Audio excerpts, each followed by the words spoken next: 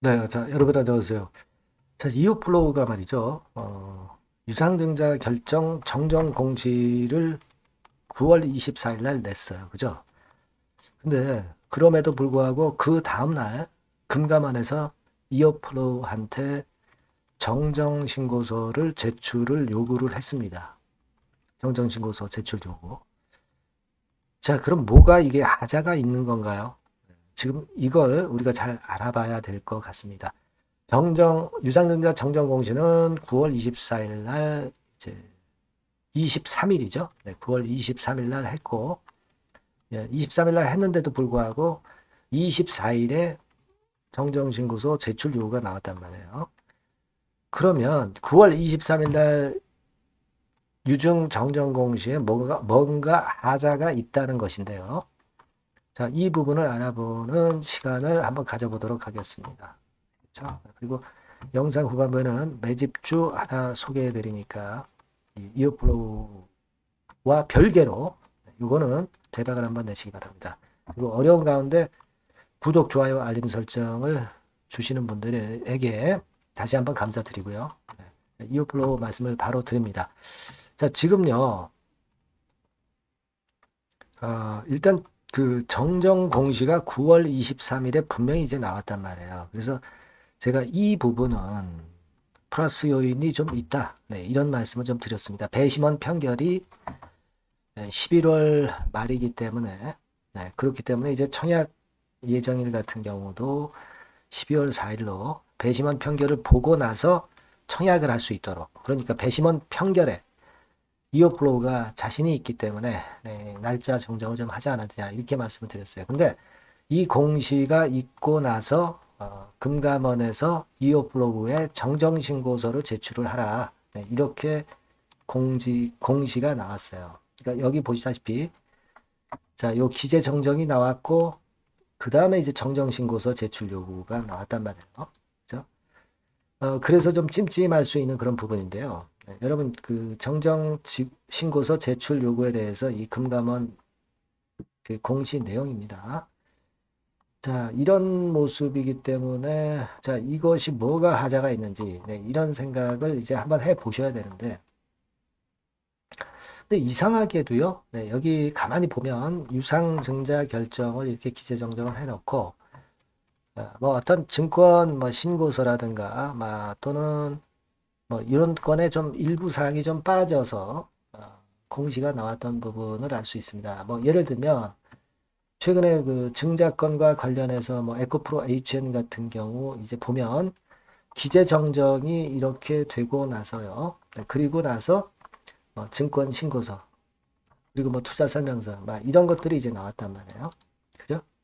분명히 이제 요런 그 공시와 같이 병행이 돼야 됩니다. 뭐 그래서 핵심 투자 위험 알림문 뭐 이런 것도 나와야 되고 그런 것이죠. 근데 지금 현재는 이제 그런 그 건들의 요 부분이 이제 빠져서 이제 정정 공시가 이제 나왔기 때문에 다시 한번 가볼까요? 이어블로우로 가보면 요거 기재 정정사항만 딱 하나 나왔죠.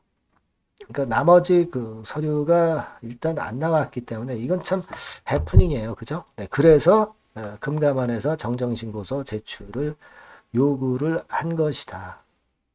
자, 이렇게 여러분 봐야 되지 않나 싶은 거예요. 그죠? 지금 현재 이거는 에코프로 HN입니다. 여기 보시다시피 증권신고서 요게 있어야 되거든요. 그러니까 요건 어떤 그 사무적인 실수를 지금 현재 하고 있지 않나 싶고요. 요것이 이제 보완이 되면 돼요. 그죠? 요것이 보완이 되면 됩니다.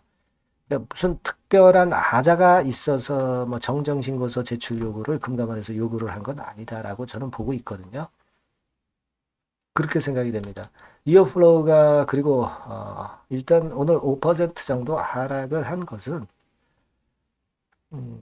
그 금감원의 정정신고서 제출 요구가 나왔기 때문에 그런 것들이 좀 불확실한 측면이 있다 보니까 좀 내린 거 아니냐 이런 생각이 들고 하지만 제가 볼 때는 지금 말씀드린 바와 같이 큰 하자는 없는 것으로 그렇게 보이기 때문에 이 부분은 좀 만회가 되지 않겠는가 이런 생각을 하고 싶습니다. 제가 이전 영상에서 일단 말씀을 좀 드렸다시피 배심원 편결이 11월 말이기 때문에 청약일을 12월 초로 정정을 한 것이다. 이렇게 말씀을 좀 드렸죠.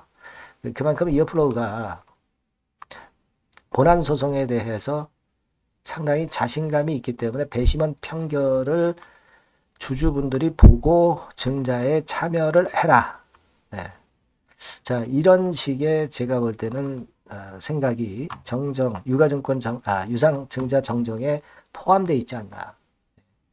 이렇게 말씀을 좀 드리고 싶은 겁니다. 예.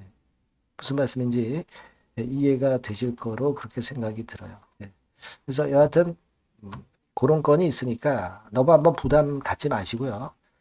여기에 대한 신속하고 바른 정보가 들어오면 제가 여러분들에게 지속적으로 업데이트해서 말씀을 드리겠는데요.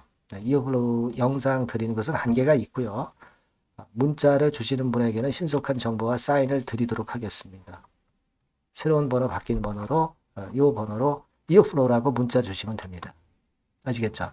이런 것들은 이제 재료가 긴급하게 나오기 때문에 이런 문자를 꼭 주시는 것이 필요합니다. 물론 유료 아니고요. 무료입니다. 이렇게 제가 도움을 드리는 수밖에 없어요. 그죠? 그렇게 말씀드리겠습니다. 문자를 꼭 주세요. 자, 그리고 제가 매집주 말씀을 드린다고 그랬죠. 이거 말씀을 드릴 테니까 말씀 잘 듣고 대박 내세요.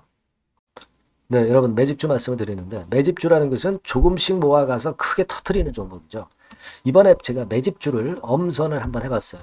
근데 이 매집주는요, 이번 9월에 매수를 해서 여러분들이 한 달 내지 두 달 내에 시세 폭발 가능성으로 미리 매수하는 겁니다. 미리 매수하는 거라고 생각을 하세요. 그러니까 9월 달에는 너무 시세가 튀면 안 돼요. 9월 달에는 등락을 거듭할 때 우리가 모아가면서 매집을 해서 9월에 미리 모아가서 10월이나 10월, 11월 달에 터트리는 거예요. 그러니까 여러분들이 그냥 지금 사가지고 바로 단타를 한다. 네, 이런 종목을 하실 분들은 이거 손대지 마시고요. 이런 정도의 계획을 갖고 계신 분들, 여기에 동의하시는 분들은 매집주 이거 한번 해보실 필요가 있다 이거예요. 네, 그게 중요한 거죠. 여러분들 뭐 단타 매매한다고 해서 그게 돈 됩니까? 따라다니다가 결국 이제 불나방처럼 이제 타 죽는 거죠. 그러니까 우리는 계획을 세워서 매매를 해야 됩니다. 근데 요번에 제가 말씀드릴 거는 이제 특히 워런 버핏형 조건에 만족이 되는 그런 종목들 중에서 하나를 엄선을 했어요. 여러분들 잘 아시지만은 이 워런 버핏이 실적이 제대로 되거나 큰 꿈이 있거나 이런 종목 아니면은 손대지 않죠. 부실한 잡주 절대 손대지 않습니다. 그러니까 버핏형 조건을 만족한 종목 중에서 엄선을 하는 거예요. 아시겠습니까? 여러분들 이거 버핏형 조건이 뭔지를 아십니까? 뭐 그래도 여러분들 좀 알고 가셔야 되지 않습니까? 매매하더라도 그죠? 네. 그래서 그 제가 말씀을 좀 드리면 뭐 이런 식이죠. 이런 조건에 합치되는 종목이에요. 그러니까 되게 이 실적으로 봐서 예전보다 증가를 하고 그것이 점차적으로 증가를 해 나갈 가능성이 있는 거. 그런 위주로 버핏은 종목을 좀 찾죠. 실적주는. 그래서 요 조건에 합치되는 종목들입니다. 네, 이런 종목들 중에서 뭐 한 20, 30개 될 거 아니에요. 그 중에서 하나를 제가 선택을 했어요. 네. 예를 들면 여러분 어떤 종목이 이제 그런 종목들이 있었냐 하면은 여러분 그 재룡전기라고 아시죠? 네, 재룡전기 같은 경우도 그 조건에 부합하는 그런 종목이에요. 재룡전기 같은 경우도 그래서 이때 이렇게 급등을 한 것이 물론 이제 재룡전기입니다. 이슈도 작용이 됐지만 워런 버핏형 실적 조건을 만족했기 때문에 더 크게 급등을 해서 결국 한 6배 정도 난 거예요. 네, 실적에다가 이슈까지 이제 플러스 돼서 6배 정도 시세를 이렇게 났던 종목이고 그리고 예를 들어서 보면은 이제 아이패밀리라고 있어요. 네, 아이패밀리 같은 경우도 요것도 그 조건에 부합하는 종목인데 여기서부터 여기까지 시세 터졌죠. 네, 물론 이제 이슈도 가미가 됐지만 네, 결국 그런 식으로 해서 한 서너 배 정도 시세를 냈던 것이 바로 아이패밀리스. 그죠? 네. 그리고 또 하나 예를 들면 여러분들 그 화장품주 중에서 클래시스라고 있죠. 클래시스 같은 경우도 궁극적으로 화장품주 이제 올랐다기보다 화장품주 섹터에 오름세 영향을 받았다기보다는 여기서 이렇게 오른 것은 단독적인 시세를 낸 거죠. 네, 이게 아까 말씀드린 워런 버핏형 조건에 합치되는 종목이기 때문에 이런 큰 시세를 낸 거예요. 아시겠습니까? 네. 요런 종목들처럼 이번에 여러분들이 그런 종목 중에서 한 종목 정도를 잘 선택하는 게 좋은데, 제가 고심을 하고 이 조건에 합치되는 종목들 중에서 한 종목을 역시 발견을 했어요. 그래서 요거를 제가 설명을 좀 드리려고 하는 겁니다, 여러분들.